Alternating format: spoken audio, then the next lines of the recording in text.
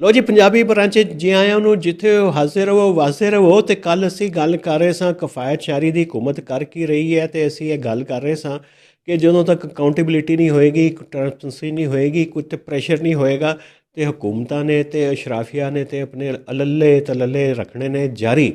ਤੇ ਲੱਲੇ ਤਲੱਲੇ ਤੇ ਆਪਣੀ ਜਗ੍ਹਾ 'ਤੇ ਨੇ, ਤੇ ਚੂੰਕਿ ਉਹਦੇ ਉੱਤੇ ਚੈੱਕ ਹੀ ਕੋਈ ਨਹੀਂ, ਅਪੋਜੀਸ਼ਨ ਵੀ ਕੋਈ ਨਹੀਂ, ਅਪੋਜੀਸ਼ਨ ਦੇ ਤੇ ਮਾਮਲਾਤ ਬੜੇ ਦਿਗਰਗੂ ਨੇ। ਅਸੀਂ ਕੱਲ੍ਹ ਜ਼ਿਕਰ ਕੀਤਾ ਸੀ। ਉਹ ਇਹ ਪਹਿਲੀ ਵਾਰੀ ਹੋ ਰਿਹਾ ਪਾਕਿਸਤਾਨ ਦੀ ਤਾਰੀਖ ਵਿੱਚ, ਕਮ ਅਜ਼ ਕਮ ਮੇਰੇ ਹੋਸ਼ ਦੇ ਪਹਿਲੀ ਵਾਰੀ ਹੋ ਰਿਹਾ ਕਿ ਕਾਨੂੰਨ ਸਾਜ਼ੀ ਹੁੰਦੀ ਹੈ ਬੜੀ ਆਸਾਨੀ ਨਾਲ, ਰਾਤੋਂ ਰਾਤ ਬਿੱਲ ਪਾਸ ਹੁੰਦੇ ਨੇ, ਅਤੇ ਨਾ ਅਪੋਜੀਸ਼ਨ ਬੋਲਦੀ ਹੈ ਨਾ ਹਕੂਮਤਾਂ ਬੋਲਦੀਆਂ ਨੇ ਇਹਨੂੰ। ਤੇ ਜਦੋਂ ਖਾਨ ਸਾਹਿਬ ਆਏ ਸਨ ਅਤੇ ਬਾਜਵਾ ਸਾਹਿਬ, ਅਤੇ ਉਸ ਵਕਤ DGISPR ਹੁੰਦੇ ਸਨ ਆਸਫ ਗਫੂਰ ਸਾਹਿਬ, ਉਹ ਸਾਫੀਆਂ ਨੂੰ ਤਰਲੇ ਪਾਉਂਦੇ ਸਨ ਕਿ ਯਾਰ ਤੁਸੀਂ 6 ਮਹੀਨੇ ਤਨਕੀਦ ਨਾ ਕਰਨਾ, 6 ਮਹੀਨੇ ਤੁਸੀਂ ਚੁੱਪ ਰਹੋ, ਅਤੇ ਪਾਕਿਸਤਾਨ ਤੇ ਚੰਦ 'ਤੇ ਪਹੁੰਚ ਜਾਏਗਾ, ਤਰੱਕੀ ਦੀ ਮੰਜ਼ਲਾਂ ਤੈਅ ਕਰੇਗਾ। ਹੁਣ ਤਾਂ ਹੋ ਗਏ ਨੇ 3 ਸਾਢੇ 3 ਸਾਲ ਚੁੱਪ ਕੀਤੇ। ਮੀਡੀਆ ਨੂੰ ਵੀ ਜਿਹੜਾ ਬੋਲਦਾ ਉਹਨੂੰ ਪੈਂਦੇ ਨੇ ਫਿਰ ਧੱਬੇ, ਅਤੇ ਮੀਡੀਆ ਵੀ ਨਹੀਂ ਬੋਲ ਰਿਹਾ, ਕੋਈ ਹੋਰ ਵੀ ਨਹੀਂ ਬੋਲ ਰਿਹਾ। ਉਹ ਜਿਹੜਾ ਤੁਸੀਂ ਚਾਹੁੰਦੇ ਸੀ ਉਹ ਤਾਂ ਕਰ ਦਿੱਤਾ ਹੈ, ਲੇਕਿਨ ਉਹ ਜਿਹੜਾ ਵਾਅਦਾ ਸੀ ਖੁਸ਼ਹਾਲੀ ਦਾ ਉਹ ਕਿੱਥੇ? ਅਤੇ ਜਿਹੜੀ ਕਾਨੂੰਨ ਸਾਜ਼ੀਆਂ ਹੋ ਰਹੀਆਂ ਇਹਦੇ ਉੱਤੇ ਕੀ ਕਰ ਰਹੇ ਹੋ? ਕਾਨੂੰਨ ਦਾ ਤੇ ਪੂਰੇ ਆਇਨ ਦਾ ਹੁਲੀਆ ਵਿਗਾੜ ਦਿੱਤਾ ਹੈ। ਚੌਧਰੀ ਸਾਹਿਬ ਬੜੇ ਦੁਖੀ ਸਨ। ਮੈਂ ਕਿਹਾ ਚੌਧਰੀ ਸਾਹਿਬ ਕੋਲੋਂ ਪਹਿਲੇ ਤਾਂ ਲਈਏ ਮਾਲੂਮਾਤ ਅਤੇ ਫਿਰ ਕਰਾਂਗੇ ਉਹਦੇ ਉੱਤੇ ਅਸੀਂ ਸਿਆਪਾ। ਹਾਂਜੀ ਰਾਣਾ ਸਾਹਿਬ, ਬਿਲਕੁਲ। ਤੁਹਾਨੂੰ ਪਤਾ ਨਾ, ਵੈਸੇ ਤਾਂ ਜਿਹੜਾ ਕੋਈ ਇੱਕ ਅਸੈਂਬਲੀ ਜਿਹੜੀ ਫੁੱਲ 5 ਸਾਲ ਦਾ ਜਿਹੜਾ ਟੈਨਿਓਰ ਹੁੰਦਾ, ਉਹਦੇ 'ਚ ਇੱਕ ਤਰਮੀਮ ਹੀ ਹੋ ਜਾਵੇ ਤਾਂ ਬੜੀ ਵੱਡਾ ਉਹਦਾ ਕੰਮ ਹੁੰਦਾ ਕੋਈ। ਲੇਕਿਨ ਅੱਛੀ ਤਰਮੀਮ ਜਿਹੜਾ ਬਿਲਕੁਲ ਸਾਰੇ ਜਿਹੜੇ ਪੋਲੀਟੀਕਲ ਸਟੇਕ ਹੋਲਡਰ ਆ, ਜਮਾਤਾਂ ਵਾ, ਉਹਨਾਂ ਨਾਲ ਗੱਲਬਾਤ ਕਰਕੇ ਉਹਨਾਂ ਨਾਲ ਸਾਰਾ ਉਹ ਚੀਜ਼ਾਂ ਡਿਸਕਸ ਕਰਕੇ ਜਿਵੇਂ 18ਵੀਂ ਤਰਮੀਮ ਹੋਈ ਜਿਸ ਤਰ੍ਹਾਂ 18ਵਾਂ। ਲੇਕਿਨ ਇਹ ਜਿਹੜੀ ਅਸੈਂਬਲੀ ਹੈ ਇਹ ਆਪਣੇ ਹਿਸਾਬ ਨਾਲ ਇਸ ਤਰ੍ਹਾਂ ਯੂਨੀਕ ਹੈ ਕਿ ਇੱਥੇ ਰਾਤ ਨੂੰ ਆਉਂਦੀ ਹੈ ਤਰਮੀਮ, ਅਤੇ ਸੁਬਾਹ 2-3 ਵਜੇ ਤੱਕ ਹੋ ਜਾਂਦੀ ਪਾਸ, ਅਤੇ ਕਿਸੇ ਨੂੰ ਪਤਾ ਵੀ ਨਹੀਂ ਹੁੰਦਾ ਕਿ ਕੱਲ੍ਹ ਤੁਸੀਂ ਗੱਲ ਕਰ ਰਹੇ ਸੀ ਨਾ ਕਿ ਜੀ ਕਿ ਆਉਂਦੇ ਨੇ ਚੁੱਪ ਕਰਕੇ ਆਪਣਾ ਬਿੱਲ ਲਿਆਉਂਦੇ ਨੇ ਪ੍ਰਿਵਿਲੇਜ ਦਾ ਅਤੇ ਇਹ ਉਹ ਪਾਸਪੋਰਟ। ਇਸ ਲਈ ਉਹਨਾਂ ਨੇ ਕੋਲੋਂ ਸਟੰਪਾਂ ਲਵਾਉਂਦੇ ਨੇ ਪਹਿਲੇ, ਇਸ ਤਰ੍ਹਾਂ ਕਵਾਨੀਨ। ਉਹ ਕਹਿੰਦੇ ਨੇ ਲੋ ਜੀ ਫਿਰ ਸਾਡਾ ਕੰਮ ਵੀ ਕਰ ਦਿਓ। ਬਿਲਕੁਲ ਇਸ ਤਰ੍ਹਾਂ ਹੈ ਨਾ। ਅਤੇ ਉਹ ਹੁਣ ਇਸ ਤਰ੍ਹਾਂ ਹੀ 26ਵੀਂ ਤਰਮੀਮ ਆਈ ਸੀ, ਫਿਰ ਇਸ ਤਰ੍ਹਾਂ ਹੀ 27ਵੀਂ ਤਰਮੀਮ ਆਈ ਕਿ ਯਕਦਮ ਹੀ ਅਸੈਂਬਲੀ ਸੈਨੇਟ ਦੇ ਇਜਲਾਸ ਹੋ ਰਿਹਾ ਸੀ ਅਤੇ ਹਕੂਮਤ ਨੇ ਬਿੱਲ ਟੇਬਲ ਦੇ ਥੱਲੇੋਂ ਕੱਢਿਆ, ਉੱਤੇ ਲਿਆ ਕੇ ਰੱਖਤਾ ਜੀ। ਅਤੇ ਉਹਦੇ 'ਚ ਕਈ ਹਕੂਮਤ ਦੇ ਬੰਦਿਆਂ ਨੂੰ ਵੀ ਨਹੀਂ ਪਤਾ ਸੀ ਬਿੱਲ ਕੀ ਹੈ, ਅਤੇ ਨਾ ਆਪਣੇ ਕੋਲ ਉਹਨਾਂ 'ਤੇ ਥਾਦੀ ਉਸ ਤਰ੍ਹਾਂ ਕੋਈ ਮਤਲਬ ਮੁਕੰਮਲ ਤੌਰ 'ਤੇ ਔਨ ਬੋਰਡ ਸੀ, ਨਾ ਆਪੋਜੀਸ਼ਨ ਨਾ ਬਾਕੀ ਸਿਆਸੀ ਜਮਾਤਾਂ। ਅਤੇ ਹੁਣ ਆ ਗਈ 28ਵੀਂ ਤਰਮੀਮ, ਜਿਹੜੀ 26ਵੀਂ ਅਤੇ 27ਵੀਂ ਜਿਹੜੀ ਸੀ। ਲੋਕ ਕਹਿੰਦੇ ਸੀ ਨਾ ਕਿ ਪਹਿਲਾਂ 26ਵੀਂ ਸੀ, ਉਹ ਬੜਾ ਜ਼ੁਲਮ ਹੋ ਗਿਆ, ਫਿਰ ਉੱਤੋਂ 27ਵੀਂ ਆ ਗਈ, ਅਤੇ ਉਹ ਕਹਿੰਦੇ ਇਹ ਤਾਂ ਯਾਰ ਹੋਰ ਜ਼ੁਲਮ ਹੋ ਗਿਆ। ਲੇਕਿਨ ਜਿਹੜੀ 28ਵੀਂ ਇਹ ਹੁਣ ਇਹਨਾਂ ਸਾਰਿਆਂ ਦੇ ਉੱਤੇ ਕੁਛ ਆ ਰਹੀ, ਜਿਹੜੀ ਪਿਛਲੀ ਸਾਰੇ ਰਿਕਾਰਡ ਤੋੜਦਾ ਹੈ। ਉਹ ਕਹਿੰਦੇ ਮਹਾਂ ਤਰਮੀਮ ਆ ਰਹੀ, ਮਹਾਂ ਤਰਮੀਮ। ਵਾਹ। ਲੇਕਿਨ ਉਹ ਜਿਹੜੀ ਮਹਾਂ ਤਰਮੀਮ ਆ, ਉਹਦਾ ਮਸਲਾ ਇਹ ਆ ਕਿ ਉਹ ਹੁਣ ਇੱਕ ਸਪੈਕੂਲੇਸ਼ਨ ਹੋ ਰਹੀ ਹੈ ਮਾਰਕੀਟ 'ਚ। ਉਹਦਾ ਡਰਾਫਟ ਕਿਸੇ ਕੋਲ ਕੋਈ ਨਹੀਂ। ਉਹ ਹੈ ਕਿ ਬਈ ਇੱਕ ਅਗਰ ਤੁਸੀਂ ਐਡੀ ਵੱਡੀ ਤਰਮੀਮ ਲੈ ਕੇ ਆ ਰਹੇ ਹੋ, ਉਹਦਾ ਕਮ ਸੇ ਕਮ ਡਰਾਫਟ ਤਾਂ ਹੋਣਾ ਚਾਹੀਦਾ ਨਾ, ਤਾਂ ਕਿ ਲੋਕ 6 ਮਹੀਨੇ 2 ਮਹੀਨੇ 3 ਮਹੀਨੇ ਕਮ ਸੇ ਕਮ 2-4 ਮਹੀਨੇ ਸਿਆਸੀ ਜਮਾਤਾਂ ਦਾ ਹੋਇਆ ਸੀ। 26ਵੀਂ ਦੇ ਵੀ ਬੜੇ ਆ ਗਏ ਸਨ। ਹਾਂਜੀ, ਉਹ ਵੀ ਫਿਰ ਡਰਾਫਟ ਆ ਗਿਆ, ਲੇਕਿਨ ਚੰਦ ਦਿਨ ਪਹਿਲੇ ਇਹਦਾ ਹਾਲੇ ਤੱਕ ਕੋਈ ਸ਼ੈ ਨਹੀਂ ਆਈ। ਇਸ ਲਈ ਇਹ ਆ ਕਿ ਸੀਨਾ ਬਸੀਨਾ, ਇੱਧਰੋਂ ਗੱਲ ਉੱਧਰ ਚੱਲ ਰਹੀ, ਉੱਧਰੋਂ ਗੱਲ ਉੱਧਰ ਚੱਲ ਰਹੀ ਆ, ਕੋਈ ਇਸ਼ਾਰੇ ਹੋ ਰਹੇ, ਕਿਨਾਏ ਹੋ ਰਹੇ ਆ, ਲੇਕਿਨ ਇਹ ਆ ਕਿ ਹਾਲੇ ਤੱਕ ਇਹਦੀ ਕੋਈ ਸਾਹਮਣੇ ਕੰਕਰੀਟ ਚੀਜ਼ ਨਹੀਂ।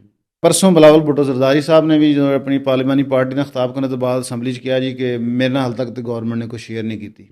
ਲੇਕਿਨ ਵੈਸੇ ਜਿਹੜੇ ਆਮ ਸਾਫੀ ਆ, ਜਿਹੜੇ ਤਨਕੀਦੀ ਜ਼ਿਆਦਾ ਲੈਂਦੇ, ਉਹ ਉਹਨਾਂ ਦੀ ਇਸ ਗੱਲ 'ਤੇ ਯਕੀਨ ਨਹੀਂ ਕਰਦੇ। ਉਹ ਕਹਿੰਦੇ ਨਹੀਂ, ਅੰਦਰ ਕੋਈ ਚੱਲ ਤੇ ਰਿਹਾ ਵਾ। ਅੱਛਾ, ਪਤਾ ਹੋਏਗਾ ਕਿਉਂ ਉਹਨਾਂ ਦੇ ਆਪਣੇ MNA ਇਸ ਦੀ ਗੱਲਾਂ ਕਰ ਰਹੇ। ਲੇਕਿਨ ਜਿਹੜੀ 28ਵੀਂ ਤਰਮੀਮ ਆ, ਇਹ ਜ਼ਾਹਰ ਆ ਇਹਦੇ ਵਿੱਚ ਇੱਕ ਮੇਜਰ ਪੂਰਾ ਜਿਹੜਾ ਸਟਰਕਚਰ ਚੇਂਜ ਕਰਨ ਜਾ ਰਿਹਾ। ਜਿਸ ਤਰ੍ਹਾਂ 18ਵੀਂ ਦੇ ਵਿੱਚ ਕੀਤਾ ਸੀ ਇਹਨਾਂ ਨੇ, NFC ਵਗੈਰਾ ਸਾਰੇ ਉਹ ਕਰ ਲਏ ਸੀ ਡਿਸਾਈਡ, ਸੂਬਿਆਂ ਦਾ ਸ਼ੇਅਰ ਵਧਾਤਾ ਸੀ, ਉਹ ਦੁਬਾਰਾ ਉਹ ਰਿਵਿਊ ਹੋਣ ਜਾ ਰਿਹਾ, ਅਤੇ ਫੈਡਰੇਸ਼ਨ ਨੂੰ ਕੋਈ ਪੈਸੇ ਜ਼ਿਆਦਾ ਆਉਣਗੇ। ਉਹਦੇ 'ਚ ਮੇਜਰ ਚੀਜ਼ ਇਹ ਹੈ ਫਾਈਨੈਂਸ਼ੀਅਲ ਅਵਾਰਡ ਹੀ NFC ਜਾਂ ਬਾਕੀ ਸਾਰੇ, ਮਤਲਬ ਉਹ ਫੈਡਰੇਸ਼ਨ ਨੂੰ ਦੁਬਾਰਾ ਪੈਸੇ ਜ਼ਿਆਦਾ ਆ ਰਿਹਾ, ਸੂਬਿਆਂ ਨੂੰ ਘੱਟ ਹੋ ਰਿਹਾ। ਕਾਉਂਸਲ ਆਫ ਕਾਮਨ ਇੰਟਰਸਟ ਦਾ ਕੀ ਬਣਨਾ? ਉਹਦੇ 'ਚ ਕੁਝ ਕਰ ਰਹੇ ਨੇ ਕਿ ਨਹੀਂ? ਨਹੀਂ, ਉਹ ਵੀ ਕਾਉਂਸਲ ਆਫ ਕਾਮਨ ਇੰਟਰਸਟ ਦਾ ਤੁਹਾਨੂੰ ਪਤਾ ਇਜਲਾਸ ਹੀ ਨਹੀਂ ਹੁੰਦਾ, ਉਹ ਵੀ ਵਾਇਲੇਸ਼ਨ ਹੁੰਦੀ ਕਾਨਸਟੀਟਿਊਸ਼ਨ। ਲੇਕਿਨ ਇਹ ਜ਼ਿਆਦਾ ਸਭ ਤੋਂ ਵੱਡੀ ਇਹਦੇ ਲਈ ਮਸਲਾ ਹੈ ਹੁਣ ਇਮਤਿਹਾਨ ਆ ਪੀਪਲਸ ਪਾਰਟੀ ਦਾ, ਕਿਉਂਕਿ ਨੂਨ ਲੀਗ ਤਾਂ ਕਰੇਗੀ, ਉਹਨਾਂ ਨੂੰ ਤਾਂ ਕੋਈ ਇਤਨਾ ਹੈ ਨਹੀਂ। ਲੇਕਿਨ ਪੀਪਲਸ ਪਾਰਟੀ ਨੂੰ ਇਸ਼ੂ ਇਹ ਆ ਕਿ ਚੂੰਕਿ ਜਿਹੜਾ ਉਹਨਾਂ ਦਾ ਵੋਟਰ ਆ, ਉਹਦੇ ਲਈ 18ਵੀਂ ਤਰਮੀਮ ਜਿਹੜੀ ਸੀ ਉਹ ਬੜੀ ਉਹਨੂੰ ਦਿੰਦੇ ਨੇ ਅਹਿਮੀਅਤ ਜੀ। ਪੀਪਲਸ ਪਾਰਟੀ ਨੇ ਬੜਾ ਵੱਡਾ ਕੰਮ ਕੀਤਾ, ਉਹਨਾਂ ਨੂੰ ਲੱਗਦਾ ਕਿ ਸਾਡਾ ਉਹ ਕਿਤੇ ਸਾਡਾ ਵੋਟਰ ਨਾ ਚਲਾ ਜਾਏ, ਸਾਡਾ ਸੂਬਾ ਨਾ ਖੁੱਸ ਜਾਏ। ਇਸ ਕਰਕੇ ਪੀਪਲਸ ਪਾਰਟੀ ਬੜੇ ਧਿਆਨ ਨਾਲ ਕਦਮ ਰੱਖ ਰਹੀ ਹੈ। ਅੱਛਾ। ਉਹਨਾਂ ਦਾ ਹੁਣ ਸ਼ੁਰੂ ਹੋਣ ਵਾਲਾ ਇਮਤਿਹਾਨ ਤੇ ਇੰਡੀਕੇਸ਼ਨ ਥੋੜ੍ਹੇ ਥੋੜ੍ਹੇ ਆਉਣੇ ਸ਼ੁਰੂ ਹੋ ਗਏ ਆ। ਬਸ ਨਦੀਮ ਅਫਜ਼ਲ ਚੰਦ ਸਾਹਿਬ ਨੇ ਕਿਹਾ ਕਿ ਇੱਕ ਕਿਸੇ ਜਗ੍ਹਾ 'ਤੇ ਉਹਨਾਂ ਨੇ ਛੋਟਾ ਜਿਹਾ ਉਹਨਾਂ ਦਾ ਕਲਿੱਪ ਮੈਂ ਦੇਖਿਆ, ਉਹਨਾਂ ਨੇ ਕਿਹਾ ਜੀ ਕਿ ਨਹੀਂ, ਉਹ ਜ਼ਰਦਾਰੀ ਸਾਹਿਬ ਜਿਹੜਾ ਨਾ ਪ੍ਰੈਸ਼ਰ 'ਚ ਜ਼ਿਆਦਾ ਅੱਛੀ ਸਿਆਸਤ ਕਰਦੇ ਨੇ। ਅੱਛਾ, ਮਤਲਬ ਉਹਨਾਂ ਨੇ, ਤੁਹਾਨੂੰ ਸਮਝ ਆ ਗਈ ਨਾ ਉਹਨਾਂ ਦੀ ਗੱਲ, ਕਿ ਪ੍ਰੈਸ਼ਰ ਆਉਣਾ ਸ਼ੁਰੂ ਹੋ ਗਿਆ। ਤੇ ਉਹਨਾਂ ਨੇ ਕੋਈ ਨਹੀਂ, ਉਹਨਾਂ ਨੇ ਕਿਹਾ ਇਹ ਅਸੀਂ ਕਰਾਂਗੇ ਤੇ ਪ੍ਰੈਸ਼ਰ ਅਸੀਂ ਲੈਣਾ ਸਮਝਦੇ, ਤੇ ਇਤਨਾ ਆਸਾਨ ਕੰਮ ਨਹੀਂ। ਉਹਨਾਂ ਦਾ ਇੱਕ ਹੋਰ MNA, ਮੈਨੂੰ ਉਹਨਾਂ ਦਾ ਨਾਮ ਆਗਾ ਰਫੀਉੱਲਾ ਯਾਦ ਆ ਗਿਆ, ਉਹਨਾਂ ਨੇ ਹਮਦ ਮੀਰ ਸਾਹਿਬ ਦੇ ਪ੍ਰੋਗਰਾਮ 'ਚ ਕਿਹਾ ਕਿ ਅਸੀਂ ਤੇ ਤਿਆਰ ਹਾਂ PTI ਵਾਲੀ ਜਗ੍ਹਾ 'ਤੇ ਜਾਣ ਨੂੰ, ਯਾਨੀ ਆਪੋਜੀਸ਼ਨ 'ਚ ਬਹਿਣ ਨੂੰ, ਤੇ ਨੂਨ ਲੀਗ ਨੇ ਫੈਸਲਾ ਕਰਨਾ ਕਿ ਇਹਨਾਂ ਨੇ ਕੀ ਕਰਨਾ। ਇਸ ਤਰ੍ਹਾਂ ਦੀਆਂ ਗੱਲਾਂ ਜਿਹੜੀਆਂ ਨਾ ਕੈਂਪ ਹੋਈਆਂ ਸ਼ੁਰੂ ਹੋ ਗਈਆਂ, ਯਾਨੀ ਕਿ ਜਿਹੜੇ ਉਹਨਾਂ ਦੇ, ਕਿਉਂਕਿ ਪੀਪਲਸ ਪਾਰਟੀ ਦਾ ਤਾਂ ਹੈ ਕਿ ਚਲੋ ਉਹ ਕਹੇਗੀ ਤੇ ਜੀ ਅਸੀਂ ਤਾਂ ਹਕੂਮਤ ਦਾ ਹਿੱਸਾ ਹੀ ਨਹੀਂ। ਉਹ ਜਦੋਂ ਔਖਾ ਵਕਤ ਆਇਆ ਤੇ ਉਹਨਾਂ ਨੇ ਪਰਲੀ ਸਾਈਡ 'ਤੇ ਹੋ ਜਾਣਾ ਅਗਰ ਉਹਨਾਂ ਨੂੰ ਖਲੋਣ ਦਿੱਤਾ ਗਿਆ। ਹਾਂ, ਆਹ ਤੁਸੀਂ ਹੁਣ ਦੇਖੋ ਨਾ ਗੱਲ ਕੀਤੀ, ਕਿਉਂਕਿ ਲੋਕਾਂ ਨੇ ਨਾਲ ਸਪੈਕੂਲੇਸ਼ਨ ਜਿਹੜੀ ਨਾ ਉਹ ਵੀ ਸ਼ੁਰੂ ਕਰ ਦਿੱਤੀ ਹੈ ਕਿ ਫੈਲਾਂ ਫੁੱਲਾਂ ਇਹਨਾਂ ਨੇ ਝਾੜ ਲਈਆਂ, ਮਿੱਟੀ ਛਿੱਟੀ ਝਾੜ ਕੇ ਨਾ ਫੈਲਾਂ ਵੀ ਸਿੱਧੀਆਂ ਕਰ ਲਈਆਂ ਨੈਬ ਨੇ ਪੀਪਲਸ ਪਾਰਟੀ ਦੇ। ਇੱਧਰ ਵੀ ਇਹ ਵੀ ਗੱਲਾਂ ਸ਼ੁਰੂ ਹੋ ਗਈਆਂ ਵੀ ਅਗਰ ਇਹਨਾਂ ਨੇ ਕੁਛ ਕੀਤਾ ਤੇ ਜਿਹੜਾ ਅਗਰ ਰਫੀਉੱਲਾ ਨੇ ਕਿਹਾ ਨਾ ਕਿ ਅਸੀਂ ਅੰਦਰ ਜਾਣੇ, ਉਹ ਮਤਲਬ ਉਹਦਾ ਇਹ ਸੀ ਕਿ ਅਸੀਂ ਜੇਲ੍ਹ ਜਾਣੇ ਨੂੰ ਤਿਆਰ ਹਾਂ। ਇਹਨਾਂ ਲਈ ਹੁਣ ਬੜਾ ਨਾਜ਼ੁਕ ਮੌਕਾ ਸ਼ੁਰੂ ਹੋਣੇ ਵਾਲਾ ਪੀਪਲਸ ਪਾਰਟੀ ਲਈ, ਕਿ ਬਈ ਇਹਨਾਂ ਨੇ ਹੁਣ ਆਪੋਜੀਸ਼ਨ 'ਚ ਬਹਿਣਾ, ਇਹਨਾਂ ਨੇ ਵੀ ਜੇਲ੍ਹਾਂ ਦੇਖਣੀਆਂ ਜਾਂ 28ਵੀਂ ਤਰਮੀਮ ਨੂੰ ਵੋਟ ਦੇਣਾ। ਉਹਦੇ ਫਿਰ 28ਵੀਂ ਤਰਮੀਮ 'ਚ ਕਈ ਕਿਸਮ ਦੀਆਂ ਚੀਜ਼ਾਂ ਵੀ ਜਿਹੜੀਆਂ ਨਾ ਉਹ ਸੂਬੇ ਵੀ ਗੱਲ ਹੋ ਰਹੀ ਹੈ, ਅਗਰ ਨਵੇਂ ਸੂਬੇ ਆ ਗਏ ਤੇ ਉਹ ਵੀ ਚੀਜ਼ਾਂ ਆਉਣੀਆਂ ਸ਼ੁਰੂ ਹੋ ਗਈਆਂ। ਉਹਦਾ ਹਾਲੇ ਕੋਈ ਫਾਈਨਲ ਤਾਂ ਸਾਰਾ ਸਾਹਮਣੇ ਚੀਜ਼ ਨਹੀਂ। ਉਹਦੇ ਜਿਹੜਾ ਤੁਹਾਨੂੰ ਦੱਸਿਆ ਕਿ ਪਹਿਲਾਂ ਤਾਂ 28ਵੀਂ ਤਰਮੀਮ ਦਾ ਜਿਹੜਾ ਮੇਨ ਏਜੰਡਾ ਵਾ ਉਹ ਇਹ ਹੀ ਆ ਕਿ ਜਿਹੜੇ ਫਾਈਨਾਂਸਿਸ 18ਵੀਂ ਤਰਮੀਮ ਨੂੰ ਦੇ ਜ਼ਰੀਏ ਸੂਬਿਆਂ ਨੂੰ ਦਿੱਤੇ ਗਏ ਸੀ, ਬਿਲਕੁਲ ਸੂਬਿਆਂ ਕੋਲ ਬਹੁਤ ਜ਼ਿਆਦਾ ਪੈਸੇ ਚਲ ਗਏ ਸੀ, ਉਹ ਫੈਡਰੇਸ਼ਨ ਕੋ ਵਾਪਸ ਆਉਣ। ਠੀਕ ਹੈ। ਔਰ ਫੈਡਰੇਸ਼ਨ ਕੀ ਕਰੇਗੀ ਉਹਨਾਂ ਦਾ? ਉਹ ਅਸਲ ਇਹਨਾਂ ਦੀ ਜਿਹੜੀ ਮਤਲਬ ਜਿਹੜੇ ਇਹਦੇ ਲੋਕਲ ਬਾਡੀਜ਼ ਦੇ ਸਨ, ਹਾਂਜੀ ਲੋਕਲ ਬਾਡੀਜ਼ ਦੇ ਸਨ ਕਿ ਉਹ ਥੱਲੇ ਕੀਤਾ ਹੀ ਨਹੀਂ। ਇਹਨਾਂ ਸੂਬਿਆਂ ਦੀ ਹਕੂਮਤਾਂ ਨੇ ਉਹ ਖਾ ਗਏ। ਅਸਲ ਦੇ 18ਵੀਂ ਤਰਮੀਮ ਦਾ ਮਕਸਦ ਸੀ ਲੋਕਲ ਬਾਡੀਜ਼ ਦੇ ਕੋਲ ਪੈਸਾ ਜਾਵੇ ਬਹੁਤਾ, ਉਹ ਰੈਵਨਿਊ ਜਨਰੇਟ ਕਰੇ ਅਤੇ ਲੋਕਲ ਗਵਰਨੈਂਸ ਠੀਕ ਹੋਵੇ। ਇਹ ਇਹਨਾਂ ਨੇ ਉਹਨੂੰ ਠੀਕ ਕਰਨ ਦੇ ਬਜਾਏ ਤਾਂ ਉਹ ਦੁਬਾਰਾ ਉੱਤੇ ਲੈ ਆਏ ਨੇ। ਅਸਲ ਇਹਨਾਂ ਦੀ ਮੁਖਤਲਿਫ ਕਿਸਮ ਦੀਆਂ ਚਾਰੀਆਂ ਜਿਹੜੇ ਯਾਨੀ ਕਿ 28ਵੀਂ ਤਰਮੀਮ ਦੇ ਪਿੱਛੇ ਦੇ ਜ਼ੀਨ ਹੈ ਨਾ, ਜਿਹੜੇ ਉਹ ਲੋਕ ਇੱਧਰ ਉੱਧਰ ਗੱਲਾਂ ਲੋਕਾਂ ਨੂੰ ਜ਼ਰਾ ਕਰ ਰਹੇ, ਉਹ ਕਹਿੰਦੇ ਜੀ ਕਿ ਸੂਬਿਆਂ 'ਚ ਤਾਂ ਪੈਸੇ ਜਿਹੜੇ ਨਾ ਉਹ ਠੀਕ ਖਰਚ ਨਹੀਂ ਕਰ ਰਹੇ। ਨਹੀਂ, ਉਹਦੇ ਨਹੀਂ ਕਰ ਰਹੇ, ਉਹਦੇ ਤੇ ਲੇਕਿਨ ਉਹਦਾ ਮਤਲਬ ਇਹ ਨਹੀਂ ਸੀ ਕਿ 18ਵੀਂ ਤਰਮੀਮ ਨੂੰ ਰਿਵਰਸ ਕਰ ਦਿਓ। ਹਾਂਜੀ, ਫਿਰ ਉਹ ਕਹਿੰਦੇ ਜੀ ਕਿ ਜਿਹੜੇ ਲੋਨ ਸਾਰੇ ਫੈਡਰਲ ਦੇ ਉੱਤੇ ਵਧਣਾ, ਸਾਡਾ ਲੋਨਸ ਦਾ ਮੇਜਰ ਪੋਰਸ਼ਨ ਚੱਲ ਜਾਂਦਾ ਤੇ ਉਹ ਸਾਡੇ ਤੇ ਸਾਰਾ ਵਧਣਾ ਜੀ। ਸੂਬੇ ਜਿਹੜੀ ਯੂਟੀਲਾਈਜੇਸ਼ਨ ਆਫ ਫੰਡਸ ਨਹੀਂ ਠੀਕ ਕਰ ਰਿਹਾ ਜੀ।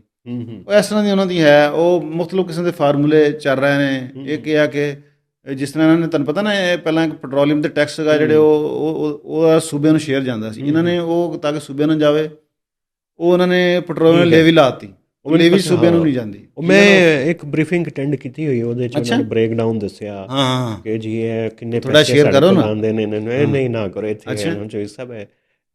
ਉਹ ਇੱਕ ਇਹ ਵੀ ਹੈ ਕਿ ਚੀਜ਼ਾਂ ਜਿਹੜੀਆਂ ਡਿਵਿਜ਼ੀਬਲ ਪੂਲ 'ਚ ਨਾ, ਯਾਨੀ ਕਿ ਜਿੱਥੇ ਉੱਥੇ ਵੀ ਮੈਂ ਸਵਾਲ ਕੀਤਾ ਸੀ। ਮੈਂ ਕਿਹਾ ਸੀ ਜੀ ਕਿ ਇਹ ਜਿਹੜਾ ਤੁਸੀਂ ਕਹਿ ਰਹੇ ਹੋ ਕਿ ਬਾਕੀ ਜਿਹੜਾ ਫੈਡਰਲ ਦੇ ਕੋਲ ਰੈਵਨਿਊ ਜਨਰੇਸ਼ਨ ਦਾ ਕੰਮ ਹੈ, ਉਹ ਕਿਉਂ ਨਹੀਂ ਮਸ਼ੀਨ ਠੀਕ ਹੁੰਦੀ? ਉਹ ਤੁਸੀਂ ਕਹਿੰਦੇ ਹੋ ਕਿ ਉਹ ਕਰਪਟ ਹੈ, ਉਹ ਠੀਕ ਨਹੀਂ ਕਰਦੇ, ਤੇ ਸੂਬਿਆਂ ਨੂੰ ਤੁਸੀਂ ਕਹਿੰਦੇ ਹੋ ਜੀ ਕਿ ਉਹ ਕੰਮ ਨਹੀਂ ਕਰ ਰਹੇ। ਮੈਂ ਕਿਹਾ ਇਹਦਾ ਤੇ ਮੈਂ ਸੀ ਕਿ ਲੋਕਲ ਬਾਡੀਜ਼ ਨੂੰ ਸਟਰੈਂਥਨ ਕਰਦੇ ਹਾਂ ਕਿ ਤੁਸੀਂ ਉਹ ਹੋਣ ਨਹੀਂ ਦੇ ਰਹੇ।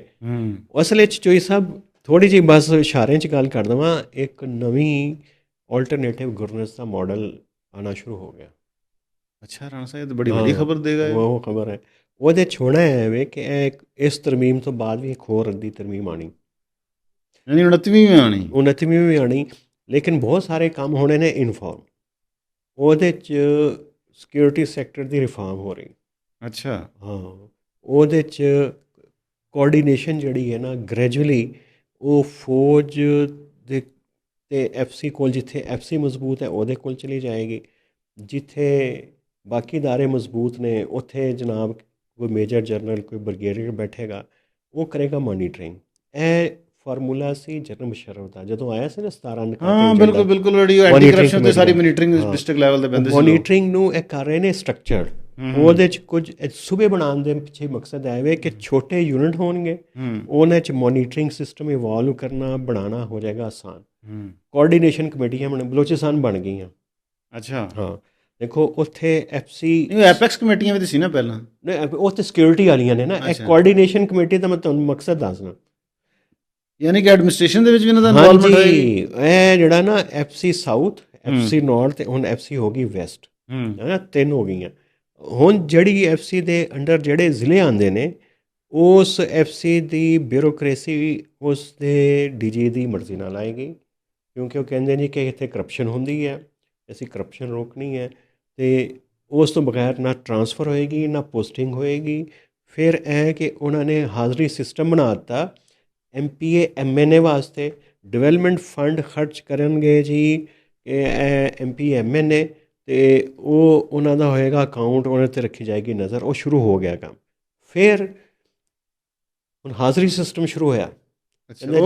ਉਹ ਹਾਜ਼ਰੀ ਸਿਸਟਮ ਹੈ ਕਿ ਜਿਹੜਾ MPA ਹਲਕੇ 'ਚ ਜਾਂਦਾ ਹੈ ਨਾ, ਆਪਣੇ ਮੁਕਾਮੀ ਜਿਹੜਾ ਕਮਾਂਡਰ ਹੈ, ਜਿਹੜਾ ਵੀ ਕਰਨਲ ਹੈ, ਉਹਨੂੰ ਦੱਸਦਾ ਮੈਂ ਆ ਗਿਆ ਹਲਕੇ 'ਚ, ਫਿਰ ਉਹਦੀ ਹਾਜ਼ਰੀ ਕਾਊਂਟ ਹੁੰਦੀ। ਬਲੋਚਿਸਤਾਨ ਤੁਸੀਂ ਗੱਲ ਕਰ ਰਹੇ? ਹਾਂ, ਮੈਂ ਦੱਸ ਰਿਹਾ। ਐਂ ਉੱਥੇ ਐਕਸਪੈਰੀਮੈਂਟ ਹੋ ਚੁੱਕਿਆ, ਹੋ ਰਿਹਾ, ਹੁਣ ਆਉਣਾ ਹੈ ਆਸਤਾ ਆਸਤਾ ਅੱਗੇ, ਠੀਕ ਹੈ।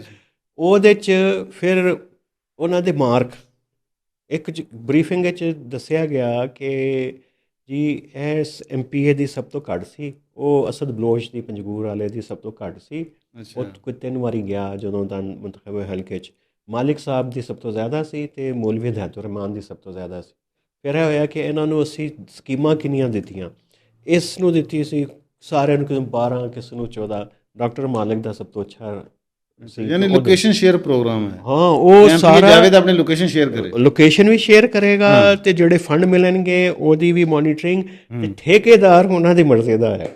ਅੱਛਾ, ਇਹ ਲੇਕਿਨ ਇਹ ਹੈ ਕਿ ਅਸਲ ਜਿਹੜਾ ਕਰਪਸ਼ਨ ਜਿਹੜਾ ਹੈ ਨਾ, ਕਿ ਜੀ ਇਸ ਤਰ੍ਹਾਂ, ਲੇਕਿਨ ਇਸ ਤਰ੍ਹਾਂ ਰੁਕਦੀ ਹੈ ਕਰਪਸ਼ਨ ਨਹੀਂ ਰੁਕ ਸਕਦੀ, ਨਹੀਂ ਰੁਕ ਸਕਦੀ। ਉਹ ਬਸ ਸਿਸਟਮੈਟਿਕ ਰਿਫਾਰਮਸ ਨਾਲ ਰੁਕ ਸਕਦੀ, ਇਸ ਤਰ੍ਹਾਂ ਨਹੀਂ। ਇਹ ਜਿਹੜਾ ਕੰਮ ਹੋਣਾ ਹੈ, ਇਹ ਮੈਂ ਤੁਹਾਨੂੰ ਇਸ ਲਈ ਦੱਸ ਰਿਹਾ ਕਿ ਇਹਦੇ ਲਈ ਬਹੁਤ ਸਾਰੇ ਕੌਨਸਟੀਟਿਊਸ਼ਨ ਕਵਰ ਚ ਹੈ। ਬਲੋਚਿਸਤਾਨ ਅਤੇ ਚਰਾਗਾਹ, ਉਹ ਤਾਂ ਜ਼ਾਹਿਰ ਹੈ ਕਿ ਹੈ ਵੀ, ਉਹਦੀ ਇਕੋਨਮੀ ਵੀ ਜ਼ਾਹਿਰ ਹੈ ਕਿ ਇੰਜ ਦੀ ਹੈ ਨਾ। ਚਰਾਗਾਹ ਤੋਂ ਅਸਲੀ ਬਲੋਚਿਸਤਾਨ ਦੀ ਇਕੋਨਮੀ ਲਾਈਵ ਸਟਾਕ ਹੁੰਦੀ ਸੀ ਰਿਆਸਤ ਦੇ, ਉਸ ਕੰਟੈਕਟ ਦੱਸ ਰਹੇ। ਇਹ ਬਾਕੀ ਸੂਬਿਆਂ 'ਚ ਬਿਊਰੋਕ੍ਰੇਸੀ ਨੂੰ ਨੱਥ ਪਾਉਣ ਵਾਸਤੇ, ਸਿਆਸਤਦਾਨਾਂ ਨੂੰ ਨੱਥ ਪਾਉਣ ਵਾਸਤੇ ਬਹੁਤ ਸਾਰੇ ਕੌਨਸਟੀਟਿਊਸ਼ਨਲ ਕਵਰ ਚਾਹੀਦੇ ਨੇ। NFC ਅਤੇ ਕਾਮਨ ਇੰਟਰਸਟ, ਇਹਨਾਂ ਦੇ ਸਟਰਕਚਰ ਵਿੱਚ ਤਬਦੀਲੀ ਲਿਆਉਣੀ ਪੈਣੀ ਹੈ। ਐਡਮਿਨਿਸਟ੍ਰੇਟਿਵ ਯੂਨਿਟ ਛੋਟੇ ਛੋਟੇ ਕਰਨੇ ਪੈਣੇ ਨੇ। ਹਾਂ, ਉਹ ਹੀ ਅੱਛਾ, ਇਹ ਤੁਸੀਂ ਤਾਂ ਖੈਰ ਬੜੀ ਹੁਣ ਵੱਡੀ ਖਬਰ ਦੇ ਗਏ ਇਹਦੇ ਵਿੱਚ, ਅਤੇ ਇਸ ਤਰ੍ਹਾਂ ਦਾ ਮਤਲਬ। ਲੇਕਿਨ ਇਹ ਹੈ ਕਿ ਜਿਹੜੀ ਓਵਰਆਲ ਰਾਣਾ ਸਾਹਿਬ ਜਿਹੜੀ ਕਰਪਸ਼ਨ ਦਾ ਕਨਸੈਪਟ ਹੈ ਨਾ, ਉਹਦੀ ਜਦ ਤੱਕ ਸੋਸਾਇਟੀ ਦੀ ਪੂਰੀ ਸਾਰਾ ਸੈਕਟਰ ਅਪਲਿਫਟ ਨਾ ਕਰਨ, ਕਰਪਸ਼ਨ ਨਹੀਂ ਮੁੱਕ ਸਕਦੀ। ਇਹ ਤਾਂ ਹੋ ਹੀ ਨਹੀਂ ਸਕਦਾ ਨਾ। ਇਹ ਤਾਂ ਮੈਂ ਦੱਸ ਰਿਹਾ ਕਿ ਇਹ ਮਨਸੂਬਾ ਹੈ ਵੇ। ਹਾਂ, ਮਨਸੂਬਾ ਸਾਨੂੰ ਪਤਾ ਹੈ ਕਿ ਉਹਦੇ ਨਾਲ, ਉਹ ਤਾਂ SIS ਵੀ ਇੱਕ ਮਨਸੂਬਾ ਸੀਗਾ ਨਾ, ਉਹਦਾ ਪਤਾ ਨਹੀਂ ਅਜੇ ਤੱਕ ਕਿੱਧਰ ਗਿਆ। ਉਹ ਬਸ ਇਹ ਟ੍ਰਿਕਲ ਡਾਊਨ, ਕਰਪਸ਼ਨ ਟ੍ਰਿਕਲ ਡਾਊਨ ਹੋ ਜਾਏਗੀ, ਪਾਵਰ ਹੋਵੇ ਜਾਂ ਨਾ ਹੋਵੇ। ਬਿਲਕੁਲ। ਅਤੇ ਇਹ ਜ਼ਾਹਿਰ ਹੈ ਕਿ ਉਹਦੇ 'ਚ ਠੇਕੇਦਾਰ ਦਾ ਰੋਲ ਵੱਧਦਾ ਜਾ ਰਿਹਾ, ਛੋਟੇ ਇਲਾਕੇ ਤੋਂ ਲੈ ਕੇ ਵੱਡੇ ਇਲਾਕੇ ਤੱਕ। ਪਹਿਲੇ ਵੀ ਠੇਕੇਦਾਰ ਬੜਾ ਮਾਨ ਨਹੀਂ ਸੀ ਖਾਂਦਾ, ਹੁਣ ਤੇ ਉੱਥੇ ਠੇਕੇਦਾਰਾਂ ਦੀ ਹਕੂਮਤਾਂ ਆਉਂਦੀਆਂ ਨੇ, ਤੁਸੀਂ ਉਹਨੂੰ ਯਾਦ ਰੱਖਣਾ। ਹਾਂ, ਉਹ ਬਿਲਕੁਲ ਅੱਛਾ। ਇਹ ਤਾਂ ਤੁਸੀਂ ਬੜੀਆਂ ਇਨਫੋਰਮੇਸ਼ਨ ਦੇ ਦਿੱਤੀ ਹੈ। ਅਤੇ ਉਹ ਅੱਛਾ ਗੱਲ ਅਸੀਂ ਉੱਥੇ ਵਾਪਸ ਲੈ ਜਾਂਦੇ ਹਾਂ ਕਿ ਇੱਕ ਤਾਂ ਹੈ 28ਵੀਂ ਤਰਮੀਮ ਜਿਹੜੇ ਨਾ ਫਾਈਨਾਂਸਿਸ, ਉਹ ਸੈਂਟਰ ਨੂੰ ਜ਼ਿਆਦਾ ਦੇਣੇ, ਸੂਬਿਆਂ ਕੋਲ ਘਟਾਉਣੇ। ਇੱਕ ਤਾਂ ਇਹਨਾਂ ਦਾ ਪ੍ਰੋਗਰਾਮ, ਉਹਦੇ ਵਿੱਚ ਇਹ ਹੈ ਕਿ ਡਿਵਿਜ਼ਬਲ ਜਿਹੜਾ ਪੂਲ ਆ, ਉਹਦੇ 'ਚ ਇਹਨਾਂ ਨੇ ਕੁਛ ਚੀਜ਼ਾਂ ਜਿਹੜੀਆਂ ਜਿਹਦੇ 'ਚ ਸੂਬਿਆਂ ਨਾਲ ਸ਼ੇਅਰ ਕਰਦੇ ਆਪਣੇ ਜਿਹੜੇ ਟੈਕਸਿਸ ਨੇ, ਉਹਦੇ 'ਚ ਉਹ ਕੱਢ ਕੇ ਸੈਂਟਰ 'ਚ ਪਾਉਣਗੇ, ਤਾਂ ਕਿ ਉਹ ਸੈਂਟਰ ਦਾ ਰੋਲ ਉਹਦੇ 'ਚ ਰਹੇ, ਸੂਬੇ ਦਾ ਸ਼ੇਅਰ ਖਤਮ ਹੋ ਜਾਏ। ਕੋਈ ਇਸ ਤਰ੍ਹਾਂ ਦੀ ਮੁਖਤਲਿਫ ਚੀਜ਼ਾਂ। ਦੂਸਰਾ ਹੈ ਸੂਬੇ ਬਣਾਉਣੇ ਦੀ ਤੁਸੀਂ ਗੱਲ ਕਰ ਰਹੇ ਹੋ, ਸੂਬੇ।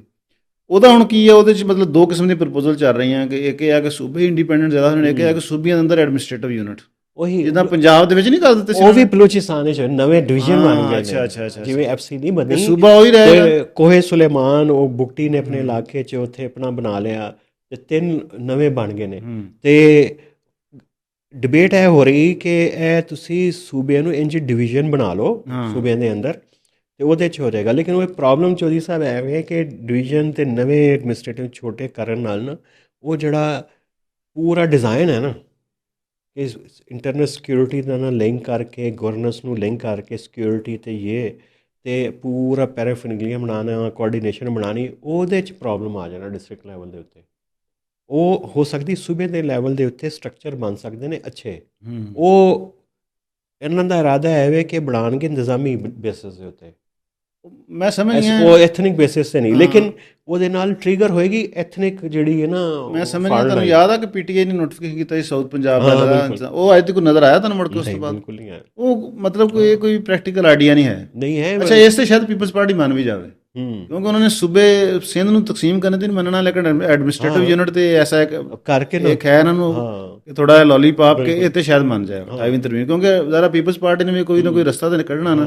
ਉਹਦੇ 'ਚ ਹੋ ਸਕਦਾ ਕਿ ਸਿੰਧ ਨੂੰ 3 ਹਿੱਸਿਆਂ 'ਚ ਕਰ ਦੇਣ, ਇਹ ਨਾਰਦਰਨ ਸਿੰਧ ਹੋ ਗਿਆ, ਸੈਂਟਰਲ ਸਿੰਧ ਹੋ ਗਿਆ, ਕੋਸਟਲ ਸਿੰਧ ਹੋ ਗਿਆ ਤੇ ਵੈਸਟਰਨ ਸਿੰਧ, ਕਿ ਉਹਨਾਂ ਹੋਏਗਾ ਇੱਕੋ ਹੀ ਸੂਬਾ, ਅਸੈਂਬਲੀ ਇੱਕੋ ਹੀ ਹੋਏਗੀ। ਅਤੇ ਇਹ ਹੈ ਕਿ ਉਹਨਾਂ ਦੇ ਫਿਰ ਉਹ ਇੰਤਜ਼ਾਮੀ ਯੂਨਿਟ 3 ਬਣਾ ਦੇਣਗੇ, ਜਿਵੇਂ ਸਾਊਥ ਪੰਜਾਬ ਦਾ ਸੈਕਟਰੀਏਟ ਬਣਾ। ਹਾਂ, ਉਹਦੇ 'ਚ ਉਹ ਅਸਲ ਇਹ ਨਾ ਕਿ ਉਹਨਾਂ ਨੂੰ ਸੈਨੇਟ ਦੀ ਕੰਪੋਜੀਸ਼ਨ ਵੀ ਨਹੀਂ ਚੇਂਜ ਕਰਨੀ ਪਏਗੀ, ਕੁਝ ਵੀ ਨਹੀਂ, ਕਿਉਂਕਿ ਸੂਬੇ ਨਵੇਂ ਬਣਨ ਫਿਰ ਸੈਨੇਟ ਦੀ ਕੰਪੋਜੀਸ਼ਨ ਵੀ ਹਾਂ ਉਹ ਇੱਕ ਮਤਲਬ ਇੱਕ ਲੋਕਲ ਜਿਹਾ ਅਰੇਂਜਮੈਂਟ ਆ। ਹਾਂ ਬਿਲਕੁਲ ਲੋਕਲ ਜਿਹਾ, ਲੇਕਿਨ ਉਹਦੇ 'ਚ ਕੰਟਰੋਲ ਫਿਰ ਨਾ ਪੀਪਲਸ ਪਾਰਟੀ ਨੂੰ ਉਸ 'ਤੇ ਬੜੀ ਤਕਲੀਫ ਹੋਣੀ। ਹਾਂ ਅੱਛਾ, ਉਹ ਬਸ ਦੇਖੋ ਨਾ ਇਸ ਤਰ੍ਹਾਂ ਦੀ ਚੀਜ਼ਾਂ ਹੈ ਹੁਣ ਬੜੀਆਂ ਘੁੰਮਣ ਕੇ ਆਈਆਂ, ਵਸਾਇਲ ਤੇ ਵਸਾਇਲ ਤੇ ਯਾਰ ਪੀਪਲਸ ਪਾਰਟੀ ਦਾ ਹਮੇਸ਼ਾ ਤੇ ਰਿਹਾ ਕਿ ਉਹਨਾਂ ਕੋਲ ਤੁਹਾਨੂੰ ਪਤਾ ਨਾ ਸਿੰਧ ਤੋਂ ਵੀ ਬੜੀਆਂ ਖਬਰਾਂ ਆ ਰਹੀਆਂ ਰਿਕਰੂਟਮੈਂਟਸ ਦੇ ਹਵਾਲੇ ਨਾਲ। ਹਾਂ ਬਿਲਕੁਲ, ਉਹ ਉਹਨਾਂ ਨੇ ਪੂਰਾ ਪਬਲਿਕ ਸਰਵਿਸ ਕਮਿਸ਼ਨ ਦਾ ਐਗਜ਼ਾਮ ਹੀ ਤੁਹਾਨੂੰ ਪਤਾ ਨਾ ਉਹ ਸਟੇ ਕਰ ਦਿੱਤਾ ਬਿਲਕੁਲ ਸਿੰਧ ਹਾਈ ਕੋਰਟ ਨੇ। ਐਕਚੁਅਲੀ ਮੈਂ ਤੁਹਾਨੂੰ ਦੱਸ ਦਵਾਂ, ਗੱਲ ਆਈ ਗਈ ਹੈ, ਇਹ ਜਿਹੜਾ ਪੂਰਾ ਆਈਡੀਆ ਲੱਗਦਾ ਨਾ ਮੈਨੂੰ, ਇਹ ਇਹਨਾਂ ਨੇ ਲਿਆ ਉਧਰੋਂ ਚੀਨ ਤੋਂ। ਅੱਛਾ ਉੱਥੇ ਵੀ ਪੈਰਲਲ ਸਟਰਕਚਰ ਨੇ, PLA ਦਾ ਜਿਹੜੀ ਉਹਨਾਂ ਦੀ ਲਿਬਰੇਸ਼ਨ ਆਰਮੀ, ਉਹ ਆਰਮੀ ਹੈ, ਉਹਦੇ ਆਪਣੇ ਇੰਜੀ ਨੇ, ਉਹ ਫਿਰ ਪਾਰਟੀ ਦੀ CPI ਦੀ ਜਿਹੜੀ ਕਮੇਟੀਆਂ ਨੇ ਉਹਨਾਂ ਦੀ ਕੋਆਰਡੀਨੇਸ਼ਨ ਆਪਸ ਵਿੱਚ ਹੁੰਦੀ, ਫਿਰ ਹੈ ਕਿ ਬਿਊਰੋਕਰੇਸੀ ਨਾਲ ਹੁੰਦੀ, ਉਹ ਪੂਰਾ 3-4 ਲੇਅਰ ਦਾ ਸਿਸਟਮ ਆਪਸ ਵਿੱਚ ਟ੍ਰੈਂਚ ਹੁੰਦਾ, ਅਤੇ ਚਾਰੋਂ ਇੱਕ ਦੂਜੇ 'ਤੇ ਜਸੂਸੀ ਕਰ ਰਹੇ ਹੁੰਦੇ ਨੇ, ਲੇਕਿਨ ਉੱਥੇ ਵੀ ਕਰਪਸ਼ਨ ਨਹੀਂ ਰੁਕਦੀ।